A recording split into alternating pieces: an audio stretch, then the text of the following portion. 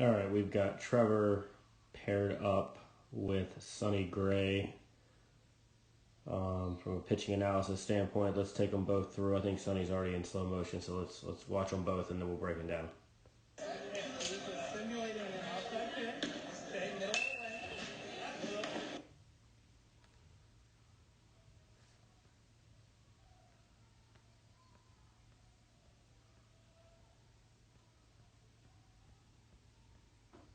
Okay, obviously a little bit slightly different view here of the two, but I wanted to compare. I've done Zach Greinke in the past, but I want to do Sonny.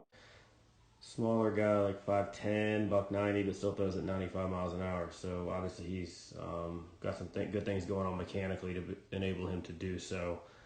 First things first, Trevor and I have kind of talked about this. He's kind of got this little bit of a forward lean just in his overall initial setup.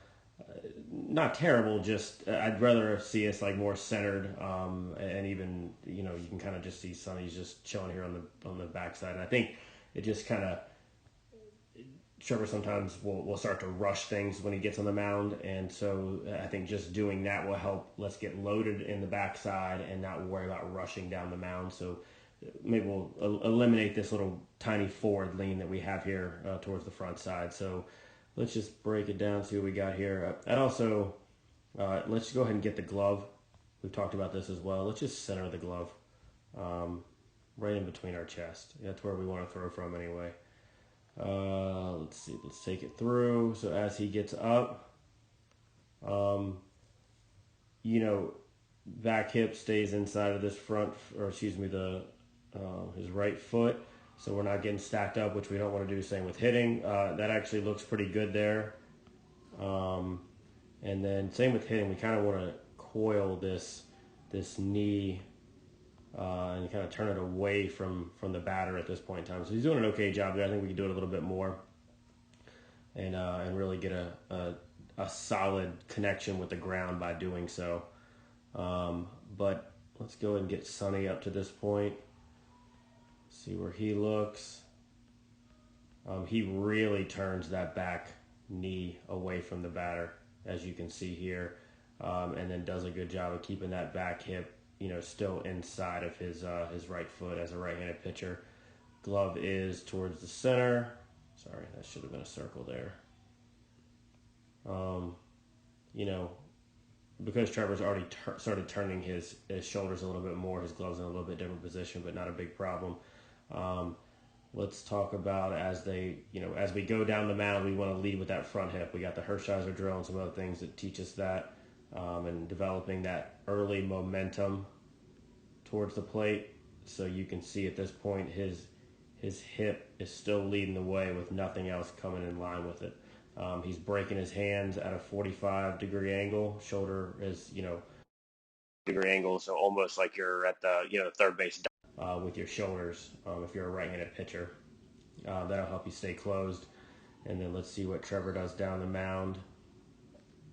We want to kind of fall towards the plate and down the mound at the same rate. So almost like you're riding, put your butt on a ski slope and kind of ride that down.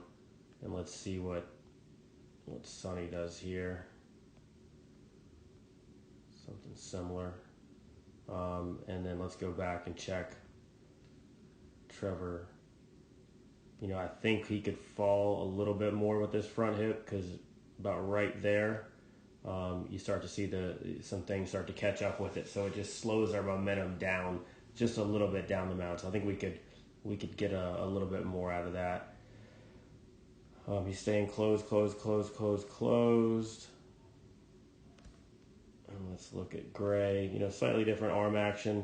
He kind of has that inverted W. Not exactly ideal, but getting the elbows above the shoulders, that's not really something we want to do from a shoulder impingement standpoint. But I will say that Trevor, let's look and see how we look as the front heel lands. Where does Sonny's land? About right there. I think there's significant difference in stride length direction seems pretty good with Trevor. You know, he's got that shin mostly facing home plate. The knee is what we want to have facing home, and Sonny's definitely doing that here. But I think we can get a lot more out of the stride direction. You can see how Sonny, when he lands, he's in the center of his body here. Trevor's kind of leaking a little bit out front, but not too bad at all. I will say though, if you look, those shoelaces as he lands are facing home, where Trevor's are not, and so what that's going to enable Sonny to do is start to have that belly button, that belt buckle facing home while his shoulders remain closed, and that's that hip to shoulder separation that we talk about. So you can kind of see they're both kind of closed at this point in time, so not much in the separation side. He does do a good job of controlling that glove arm, though, bringing that front elbow down by his hip and making sure he stops the rotation, so that once we're rotating, now we pull that down so that we can create all the force going forward. So some good things there. And then you'll kind of take Sonny through. They both kind of firm up on that front leg so that they kind of catapult over it, up and over that front leg. Trevor's doing a better job of this now than he did last year. We did some cone drills that helped him with that. And does a good job of controlling the glove. So all in all, here I think we'll work on getting this additional extension. You know, trying to get that extended out even further than it is now. Sorry, that's supposed to be a line.